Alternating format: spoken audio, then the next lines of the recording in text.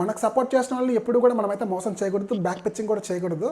So ఏంటంటే ఇక్కడ సంజన గారు కెప్టెన్సీ టాస్క్లో నిలబడ్డప్పుడు టెనెంట్స్ సపోర్ట్ వల్లనే ఆమె కెప్టెన్ అయింది. ఇన్ కేస్ టెనెంట్స్ సపోర్ట్ చేయకుండా ఉంటే ఎవరో ఒకరు శ్రీజ గారి రాడ్ అయితే తీసేసేవాళ్ళు.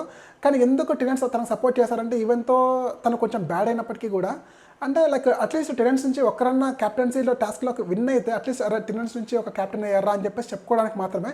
సో టెనెంట్స్ వాళ్ళ సపోర్ట్తోనే సంజన గారు కెప్టెన్ అయ్యారు. కానీ సంజన గారు కనీసం ఆ గ్రాటిట్యూడ్ కూడా లేకుండా తనకి కెప్టెన్సీ రూమ్లోకి ఎనీ 2 పర్సన్స్కి అయితే యాక్సెస్ ఉందని చెప్పారు. అలాగే ఫుడ్ కూడా వాళ్ళతో షేర్ చేసుకోవచ్చు అని చెప్పారు.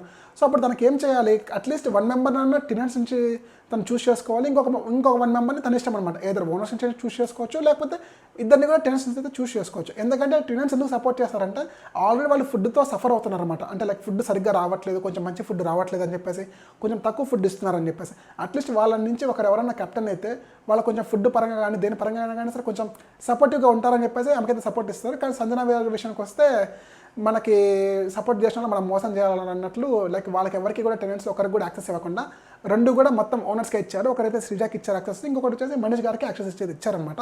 లాస్ట్కి మనీష్ గారు ఏమంటారు, నాకు మీ రూమ్లోకి యాక్సెస్ అవసరం లేదండి, నేను మీ రూమ్కి రాను, మీకు ఇంకా కావాలంటే ఇంకెవరైనా చూస్ చేసుకోండి మీ రూమ్లోకి రావడానికి అని అయితే చెప్తారు.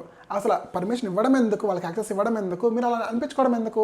అట్లీస్ట్ మీరు టెనెంట్స్ నుంచి ఇద్దరిని చూస్ చేసుకుని ఉంటే వాళ్ళు కూడా కొంచెం హ్యాపీగా ఫీల్ అయ్యేవాళ్ళు, లైక్ మీకు ఇంకా కొంచెం సపోర్టివ్గా ఉంటారు తప్ప సపోర్టివ్గా లేకుండా అయితే ఏముండరు.